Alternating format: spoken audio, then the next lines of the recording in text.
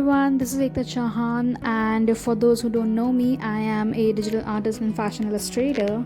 And in this video, you'll learn some basics relating to digital art. This video is for anyone who is looking to learn digital art and is a beginner, and or an experienced person who is looking for some new app to do digital art. I used an app called IB's Paint X, and in this video I'll show you how to use some basic tools of this app. We'll start by selecting a canvas by clicking on this plus sign. To select the canvas size, right now I'm just going to select the normal square 1x1. The third option from the left is for brushes, and you can see there are so many brushes in this app that you can use. You just have to watch one ad of 10 to 12 seconds, and then you can use any and every brush for free for the next 18 hours. I haven't used all of these brushes, but I use some every time. You can see dip pen soft and dip pen hard. I use them every time. You can see it is a pretty normal brush. You can play with it by increasing its opacity and size. The first one you can see is to increase the size of the brush, and the second one is to increase and decrease the opacity. By clicking on the extreme left option, you can use the eraser. For eraser too, you have literally so many options as you have for brushes. This middle one is used to pick the colors. From here you can select the color, the tint of the color, the shade of the color, and last the opacity of the color. I just selected a random color, and now I'm showing you how it works. Now I'm just going to decrease its opacity and show you how different it will look. This is similar to adding some water to your colors. Reducing the opacity means more water added to your colors. Getting it? From here you can select my favorite tool, blur tool. You can also increase its size and the opacity as you do for your brushes.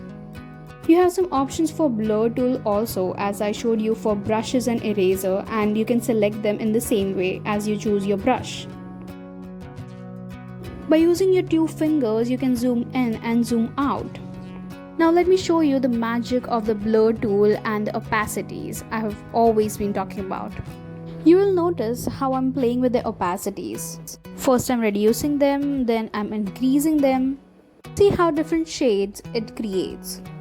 Now let's do it again and use the blur tool.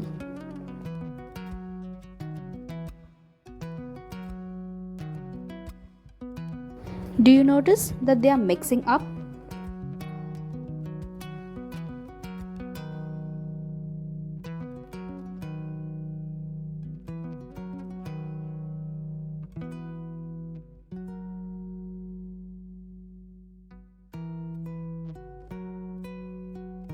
This is also a great way to render shadows. The first stroke can be your base color. And the second stroke, that is with the increased opacity, may look like that you are adding a shadow. See that?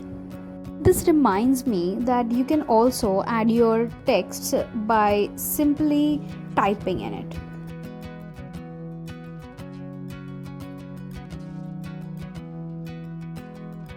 You can increase its size.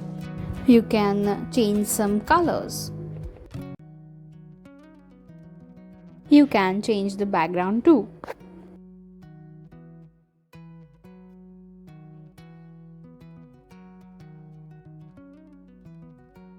Now let's use my another favorite tool, smudge tool. I make the use of this tool in one of my videos where I make the New York City, and I use this tool to make the reflection of the buildings in the water. I'm going to use two colors here so that I can show you how this smudge tool works. You can select the smudge tool the same way you select the blur tool and the brush. Do you see how it smudges out? That's it for today. In other video, we'll go over some more tools of this app. If you learned something new today, like and subscribe. If you have any questions or suggestions, drop them in the comments, and I'll see you in the next video.